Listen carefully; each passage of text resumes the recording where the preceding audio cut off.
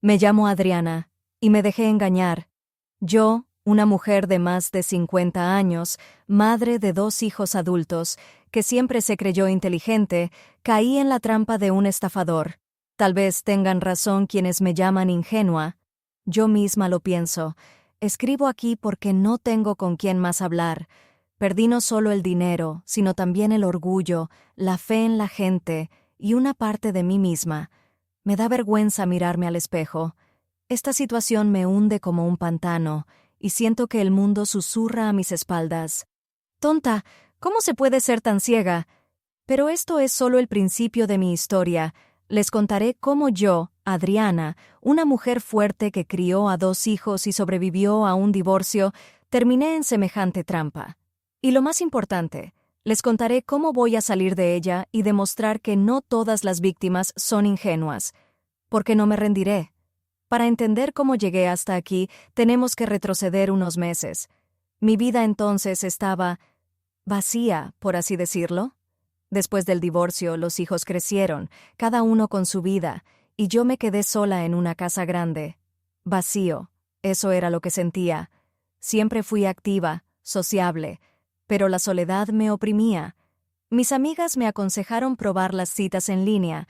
Decían que ahora era normal, que había muchos hombres interesantes. Dudaba, claro, me parecía algo poco serio. Pero ¿qué diablos podía pasar? Quería simplemente hablar, sentir que le interesaba a alguien, que todavía era necesaria. Ni siquiera buscaba amor, sino simplemente compañía, ¿entienden? Calidez. Y entonces apareció él, Santiago. Su perfil era impecable, escribía mensajes tan bonitos, tan tiernos, y sus fotos. Dios mío, esos ojos.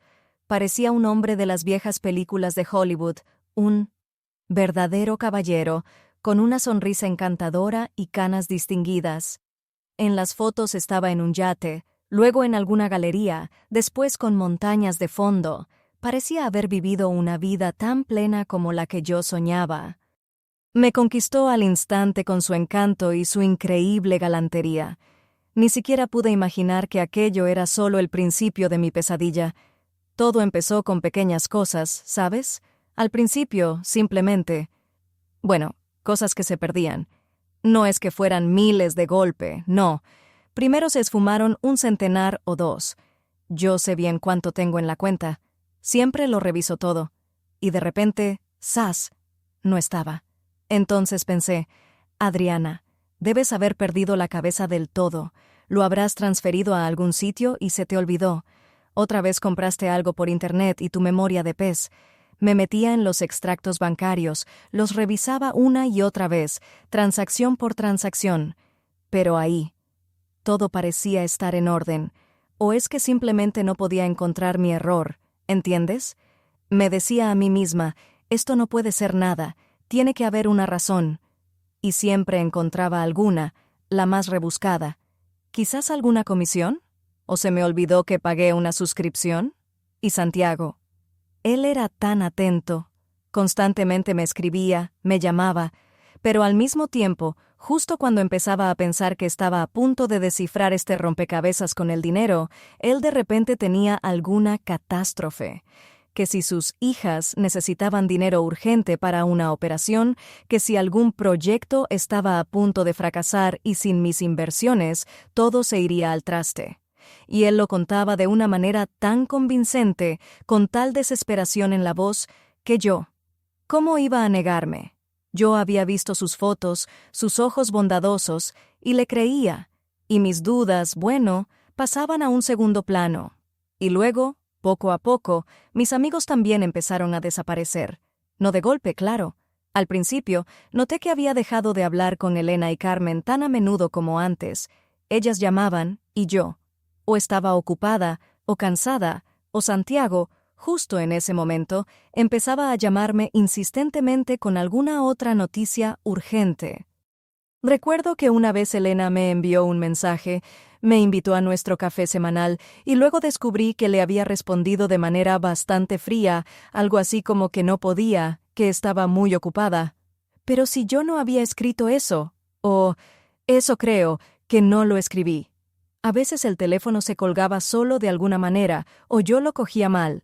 Santiago siempre decía: «Tus amigos simplemente envidian nuestra felicidad, querida, no lo entienden». Y yo le creía.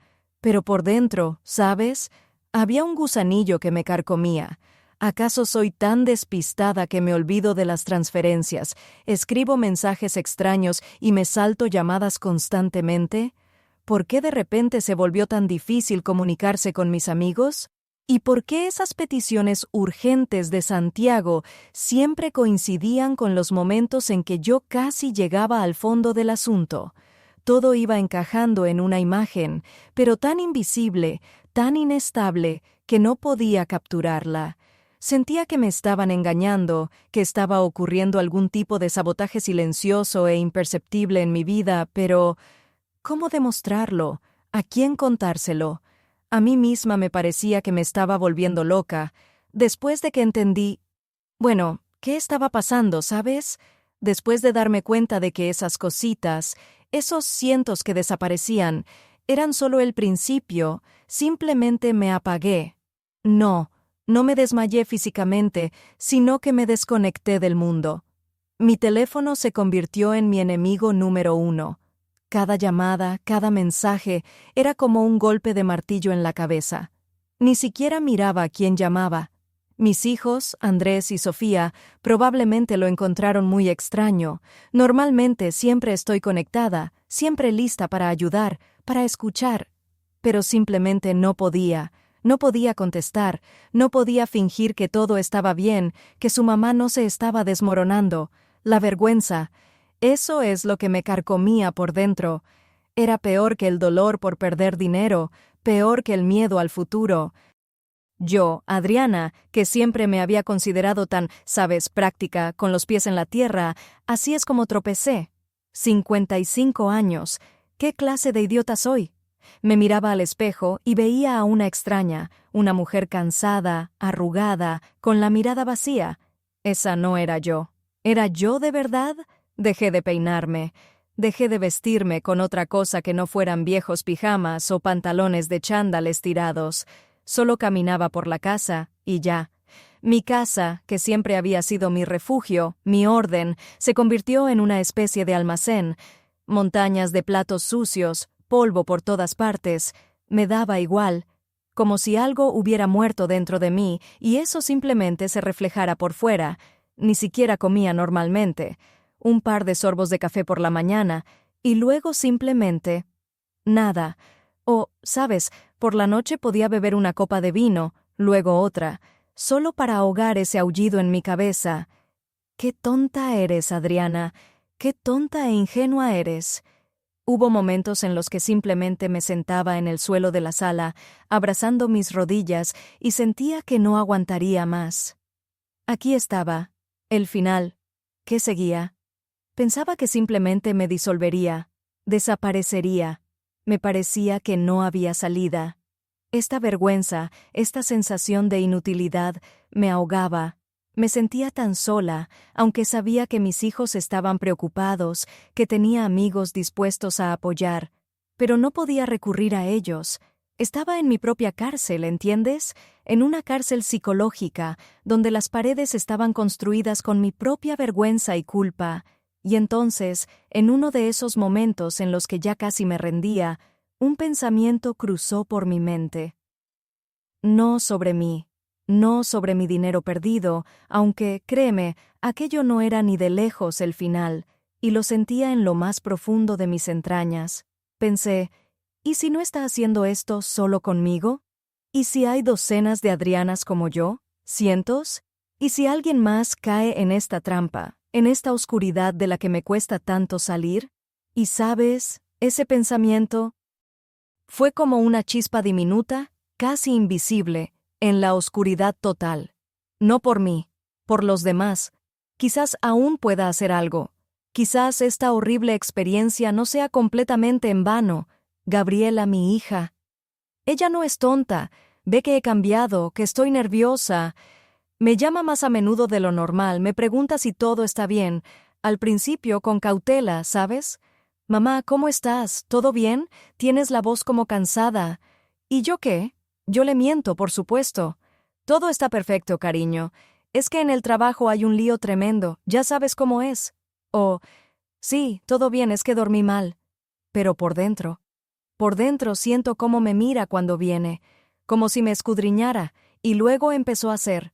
Bueno, más directa. Mamá, ¿quién es ese nuevo conocido tuyo? Santiago, ¿verdad? No paras de hablar de él. Y ahí es donde me dio un vuelco. Me subió un calor por el cuerpo, como si fuera culpable de algo terrible.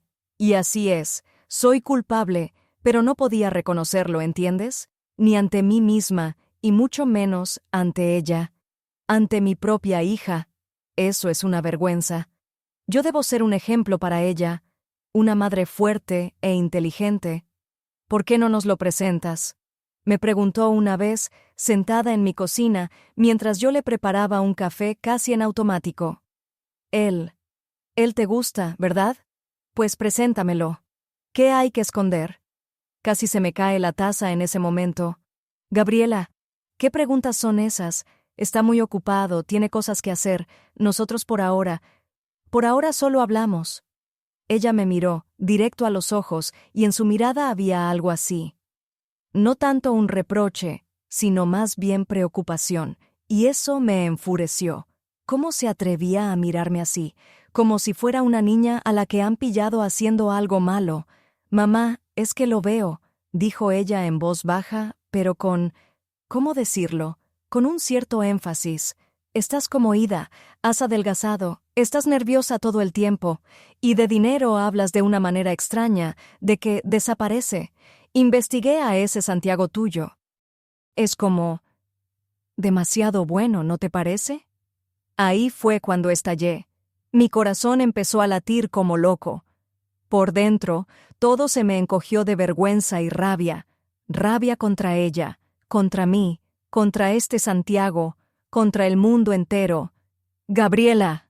Mi voz sonó más brusca de lo que esperaba. Basta ya. ¿Qué significa demasiado bueno? ¿Qué? ¿Crees que soy tonta? Soy una mujer adulta, tengo 55 años, sé perfectamente con quién debo juntarme y con quién no. ¿No te parece que te estás metiendo donde no te llaman? Ella se sobresaltó, apartó su taza. En su rostro apareció una expresión de dolor. Mamá, solo me preocupo por ti. Me parece que él... No te parece nada. Ya estaba gritando. La voz me temblaba. No entiendes nada. No puedes juzgar. ¿Qué? ¿Crees que no me doy cuenta cuando me tratan bien? ¿Crees que no distinguiría a un estafador de una persona decente? Sentía cómo me ardían las mejillas, cómo me sudaban las palmas de las manos. Era una rabia terrible, pero no solo iba dirigida a Gabriela, sino también a mí misma, a mi propia impotencia. Y ella estaba allí de pie, mirándome, y en sus ojos aparecieron lágrimas. Mamá, yo. No, nada de yo. La interrumpí, porque sabía que si seguía, me derrumbaría. Vete, no quiero hablar de esto ahora. No necesito tu compasión ni tus sospechas. Ya me las apañaré yo sola con mi vida. Ella me miró por última vez, y en su mirada había una mezcla de resentimiento, dolor y decepción. Luego se dio la vuelta y salió del apartamento en silencio. La puerta se cerró con un suave clic, y me quedé sola, completamente sola, con la cara ardiendo y la sensación abrasadora de haber quemado el último puente que podría haberme salvado. En el silencio absoluto de mi apartamento, esa vergüenza y rabia solo se intensificaron, desgarrándome por dentro. ¿Sabes? Hay momentos en los que sientes que simplemente te hundes, así, como si te tragara la tierra. Y no tienes fuerzas ni para agarrarte a nada, y así me sentía en ese momento. ¿Gabriela? ¿Ella sigue llamando? Sí. ¿Y yo?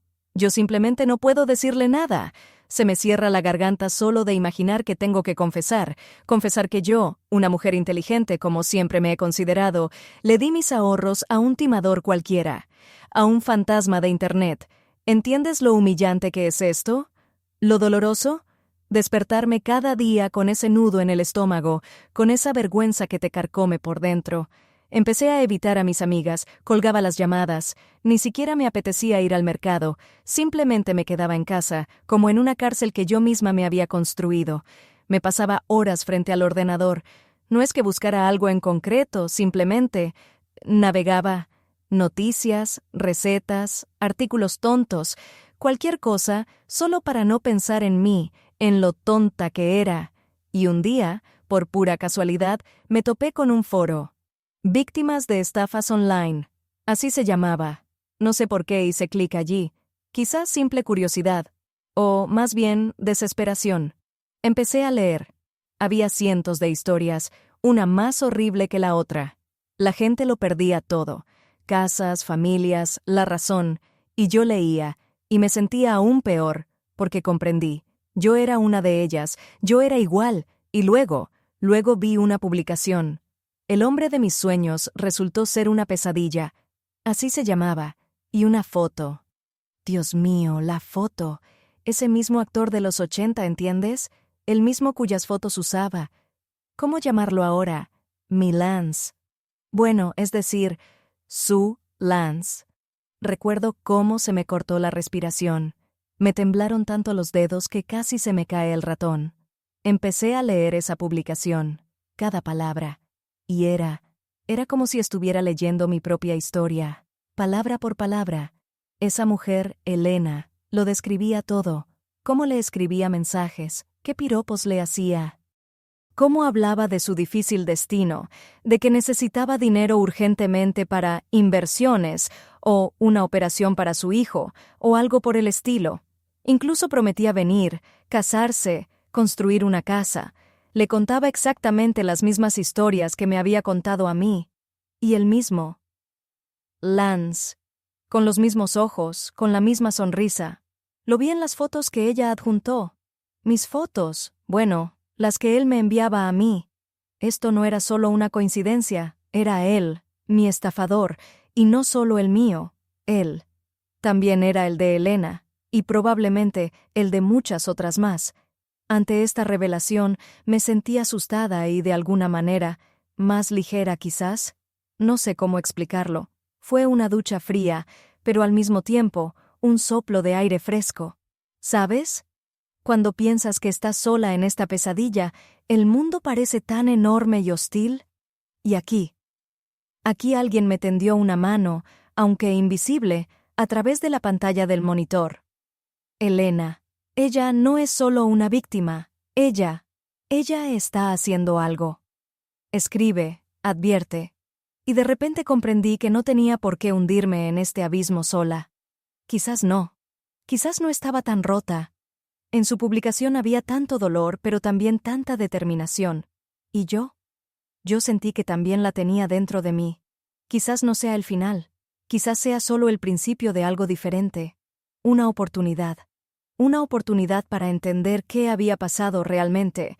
Y, quizás incluso, encontrar una manera de detenerlo. No sé qué saldrá de esto, pero de repente sentí que tenía que escribirle. Este fue mi primer paso fuera de mi cárcel, mi primera aliada, ¿sabes? Oye, cuando Elena se puso en contacto fue como, no sé, como si alguien me hubiera sacado de un pantano tirándome del pelo. Ya te lo había dicho, pensaba que era la única. Y de repente, Elena. Y sabes, empezamos a escribirnos como locas. Los mensajes volaban, lo comparábamos todo. Cada palabra de este Santiago, cada promesa, cada foto que nos enviaba. Al principio, para serte sincera, solo la escuchaba y pensaba, Dios mío, ¿tan ciega he sido? Ella contaba sus historias y eran mis historias palabra por palabra, los mismos cumplidos, las mismas promesas de futuro, de una casa en la orilla del océano, de cómo envejeceríamos juntos. Incluso le mandaba las mismas fotos casuales, donde supuestamente trabajaba en su taller o paseaba por la playa. Sentía cómo se me ponía la piel de gallina, ¿entiendes? Pasamos horas, literalmente noches enteras, en ese foro, intercambiando correos electrónicos y mensajes, y de repente, Elena suelta, «Oye, ¿sabes que otra mujer, Simona, ha escrito en el mismo foro? Ella también ha caído, y ella lo llama Fernando. Pero las fotos son las mismas, esas las de su sonrisa de Hollywood». Aquello me dejó helada. ¿Fernando? O sea, ¿había usado otro nombre? Eso no cuadraba.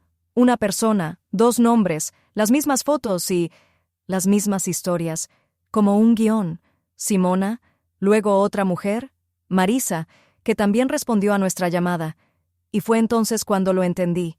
No era solo un cabrón el que me había engañado, era algo mucho más grande, algo aterrador.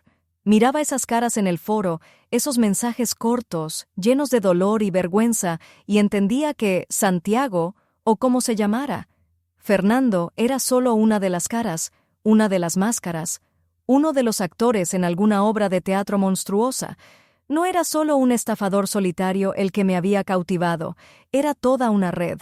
Gente que está sentada en algún lugar, riéndose, supongo, de nuestra ingenuidad, de nuestro dolor, y que simplemente nos lanzan, como pelotas, de un romance a otro. En ese momento, un sudor frío me recorrió el cuerpo. No estaba luchando contra una sola persona, sino contra todo un sistema, dirigido a mujeres como yo. A mujeres vulnerables que solo querían amor y atención, y esa fue probablemente la revelación más aterradora de toda mi vida, ¿sabes? Después de todas nuestras conversaciones con Elena, después de entender lo cínico que es este Fernando y cuántas como nosotras hay, nos dimos cuenta de una cosa terrible: lo que tenemos simplemente no es suficiente. Bueno, para la policía, ¿qué les íbamos a decir? ¿Que un hombre se carteó con nosotras, nos pidió dinero y luego desapareció? Claro que es una estafa, pero demostrar su mala fe, todo este esquema, resultó ser más complicado de lo que pensaba. Teníamos capturas de pantalla, transferencias, historias, pero para un tribunal. Todo parecía una especie de estafa romántica, donde las víctimas mismas entregaron el dinero, como si encima nos fueran a culpar a nosotras. Elena y yo nos pasábamos días y noches al teléfono, en videollamadas. Discutíamos cada detalle, cada palabra que nos había dicho. No podíamos simplemente rendirnos. Yo no había sufrido tanto, ni había engañado a Gabriela, para que él se fuera de rositas. No. Elena, que es tan inteligente y tiene la cabeza en su sitio, dijo: «Adriana, necesitamos pruebas irrefutables, que él mismo se delate, ¿entiendes?, para que no pueda escapar». Y entonces, después de largas discusiones y muchas horas de lluvia de ideas, nació la idea: crear un cebo, una trampa. Decidimos crear una nueva identidad falsa, no al azar, sino con una estrategia. Necesitábamos una mujer que encajara con sus gustos, pero que a la vez fuera lo suficientemente solvente. Él siempre elige a las que tienen dinero, o al menos la apariencia de tenerlo. La llamamos Laura. Buscamos mucho tiempo fotos adecuadas, ni demasiado joven, ni demasiado mayor, con una sonrisa agradable, pero que al mismo tiempo transmitiera cierta, no sé, sofisticación. Encontramos a una actriz no muy conocida, pero sus fotos eran perfectas. Luego, inventamos toda una leyenda para Laura. Supuestamente acababa de recibir una herencia o quizás iba a vender algún negocio. En resumen, debía tener dinero disponible y ser un poco ingenua, buscando cariño, sola. Todo aquello a lo que Fernando, ese Santiago, sabía cómo presionar con tanta habilidad. Pensamos en cada detalle, desde el perfil en redes sociales que creamos, hasta sus intereses, sus lugares favoritos. Incluso escribimos borradores de mensajes sobre cómo debía responder Laura, cómo mantener la conversación, cómo ir insinuando gradualmente su situación financiera sin ser vulgar. Lo principal era que él mismo, ese Santiago, ofreciera ayuda, empezara a pedir dinero, revelara sus esquemas, que todo quedara documentado, que tuviéramos capturas, grabaciones de voz, todo. Era como jugar al ajedrez con alguien muy astuto, solo que las apuestas eran mucho más altas. Mi dinero, mi dignidad, nuestras esperanzas. Elena y yo pusimos tanta energía, tantos nervios en esta operación, que pensé que iba a reventar. Y así lanzamos el anzuelo a la red. El perfil de Laura está listo. Ella espera a su príncipe, o mejor dicho, a su depredador. Ahora solo queda esperar a que Fernando, nuestro Santiago, muerda el anzuelo. Se me pone la piel de gallina, ¿sabes? Estoy terriblemente nerviosa, pero no hay otra manera. Tenemos que atraparlo. Tenemos que hacerlo. ¿Te acuerdas que te conté sobre nuestra trampa? Sobre cómo Elena y yo íbamos a provocarlo, a sacarlo de su madriguera. Pues, funcionó. Y, joder, fue a la vez horrible y, no sé, algo así como una satisfacción agridulce. Usamos ese cebo nuestro, una nueva víctima, según él pensaba. Una mujer que le pareció aún más ingenua y, lo más importante, rica. Ella actuó de forma muy convincente. Sufría de soledad, buscaba el amor verdadero, hablaba de sus inversiones, de una gran herencia que estaba a punto de llegar. Todo lo que a nuestro Fernando, o como se llame, Santiago, le encantaba oír.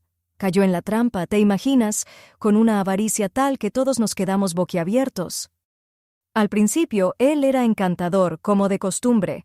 Le enviaba las mismas fotos, los mismos poemas, las mismas promesas, pero nuestro cebo era más listo. Ella hacía preguntas, como de pasada, sobre su pasado, sobre sus negocios, sobre extraños retrasos en sus historias. Nada directo, ¿sabes? Solo así, como si de verdad le interesara. Y fue ahí cuando él empezó a cambiar. Elena, que hablaba con nuestro cebo y vigilaba sus reacciones, decía que sus mensajes se volvieron nerviosos. Empezó a repetirse, a confundirse en detalles que antes manejaba a la perfección, y empezó a exigir dinero más rápido, muy rápido, como si sintiera que el tiempo se le agotaba. Y fue entonces cuando empezó lo más interesante. Él siempre había sido tan escurridizo, pero con la cabeza fría. Y ahora era una persona completamente diferente. Empezó a ver enemigos por todas partes. Elena contaba que en algún chat suyo donde se comunicaba con sus cómplices, esos que le ayudaban a transferir dinero, a crear cuentas falsas, empezó a escribir cosas. Era pura paranoia. Les acusaba de filtrar información, de trabajar para la competencia. ¿Qué competencia, por Dios? Imaginaba que lo espiaban, que todos lo estaban engañando. Incluso empezó a sospechar que su nueva cliente, o sea, nuestro cebo, estaba de alguna manera relacionada con sus viejos amigos que lo habían traicionado. En fin, se le fue la olla. ¿Te acuerdas que te hablé de Pablo? Ese tipo que, según entendimos, era uno de sus pequeños colaboradores. Le transfería dinero, quizás abría cuentas. No era un estafador puro, más bien un ejecutor. Y entonces, cuando Fernando se volvió completamente loco, empezó a acusarle, a insultarle, a exigirle lo imposible. Pablo no aguantó más. Él mismo contactó a Elena. Dijo que ese Santiago se había vuelto completamente chalado, que temía por su propia seguridad porque ese loco había empezado a amenazarlo a él, a su familia. Pablo estaba asustado, pero lo principal es que estaba enfadado. Dijo: «Yo no soy como él, solo quería ganarme un dinerillo, pero él es un enfermo». Empezó a filtrar información. Números de cuenta, nombres de otros pequeños esbirros, incluso algunas de sus frases y trucos favoritos. ¿Entiendes? Su propia paranoia y agresión empezaron a devorarlo por dentro, y los que lo cubrían empezaron a darle la espalda. Fue el principio del fin. Nuestras pruebas. Escucha, no nos quedamos de brazos cruzados, ¿sabes? Elena y yo, y luego las otras chicas del foro, cuando nos dimos cuenta de que no eran una o dos víctimas, sino toda una hilera de engañadas, lo recopilamos todo. Cada captura de pantalla, cada mensaje mentiroso, cada foto de ese actor que usaba para parecer respetable, cada uno de sus fallos, cada pequeño detalle que delataba su verdadera edad, su forma de hablar, sus excusas estúpidas. Rastreamos su actividad en Internet, sus otras cuentas, incluso encontramos información sobre su verdadera identidad. Cuando reveló su ubicación de forma tan ridícula, fue simplemente la última pieza del rompecabezas. Lo acorralamos de tal manera que no tenía escapatoria, te lo juro. Le enviamos un mensaje, no amenazas, no, simplemente hechos. Enlaces a todas nuestras pruebas, a las fotos de ese actor, a los testimonios de decenas de mujeres cuyos nombres ni siquiera recordaba. Le demostramos que sabíamos todo sobre él. desde cómo desayuna por las mañanas hasta de dónde sacaba las fotos para sus perfiles falsos. Fue como un golpe bajo, estoy segura.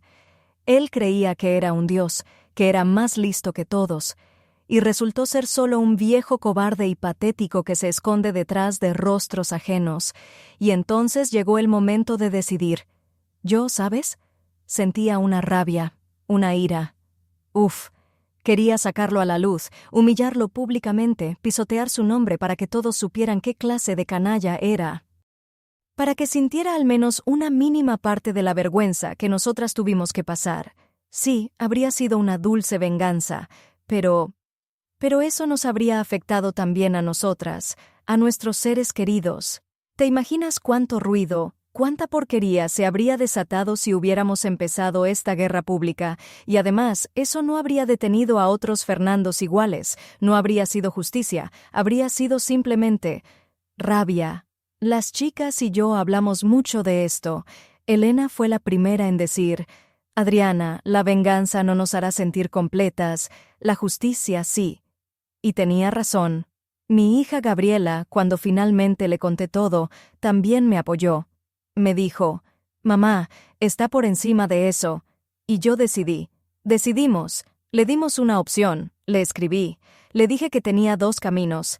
El primero, nosotras vamos a la policía, con todo lo que tenemos, y entonces ya nada le ayudará, y haremos todo lo posible para que su caso reciba la máxima difusión, pero a través de canales oficiales, para que lo atrapen y lo metan en la cárcel.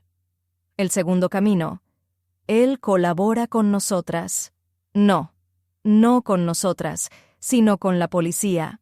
Delata a todos con quienes trabajó, a todos sus cómplices, todos los esquemas. Ayuda a destapar esta maldita red que engaña a gente como nosotras. Si lo hace, garantizamos que su caso será considerado teniendo en cuenta su colaboración. No es una amnistía, no. Pero una oportunidad para una pena más leve. No necesitábamos solo castigarlo a él, sino arrancar de raíz esta lacra. Él se mantuvo en silencio varios días. Yo pensaba que elegiría la primera opción, ese tonto. Pero luego llegó un mensaje. Corto, sin emoción. Aceptó. No le quedaba otra. Está acorralado, y ahora es nuestro. Oye, ¿te acuerdas de cómo me aterraba la idea de que nadie me creyera? ¿Que mi Gabriela pensaría que me había vuelto completamente loca o, lo que es peor, que era simplemente una estúpida irresponsable? Pues bien, eso no sucedió. Todos nuestros esfuerzos, todo ese dolor, toda esa vergüenza, dieron sus frutos. Fernando y, al parecer, parte de su feudo, su red, como la llamábamos, han sido arrestados. Recuerdo aquella llamada del investigador. La voz era seca, oficial, pero para mí fue la melodía más hermosa. Dijo que nuestras pruebas, todas esas capturas de pantalla, esas conversaciones, esas grabaciones que Elena, las chicas y yo habíamos recopilado, habían funcionado. Mi nombre, mi buen nombre, el de Adriana, por fin había sido restaurado, y no solo el mío. Los niños, Gabriela y Mateo, me miraron de una manera completamente diferente, con orgullo, ¿sabes? No con lástima, no con reproche, con orgullo. Y esto no tiene precio, como si me hubieran quitado un peso enorme de encima. Después de todo esto, cuando las primeras olas de alivio se disiparon, comprendí una cosa: no estoy rota. Para nada. Sí, me engañaron, me usaron, perdí dinero, pero no me perdí a mí misma. Al contrario, esta prueba quemó de mí toda ingenuidad, pero en su lugar dejó algo más fuerte, sabiduría, supongo, y un deseo tan ardiente de que nadie más, ¿entiendes? Nadie más pasara por esto. Elena y yo simplemente no podíamos quedarnos de brazos cruzados.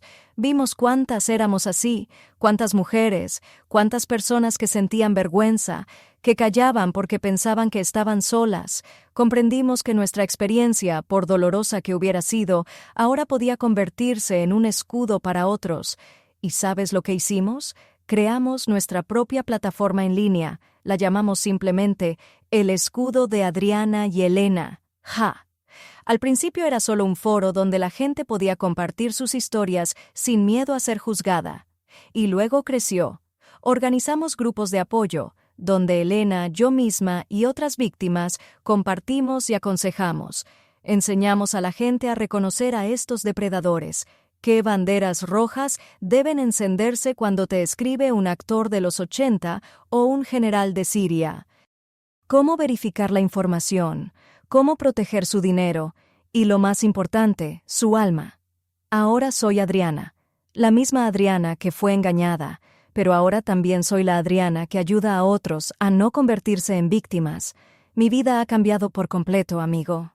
Ya no escondo la mirada, no busco culpables, no tiemblo de vergüenza. Me mantengo erguida, soy fuerte. He encontrado mi nueva vocación, y consiste en proteger a los vulnerables. Parece que por fin estoy viviendo de verdad.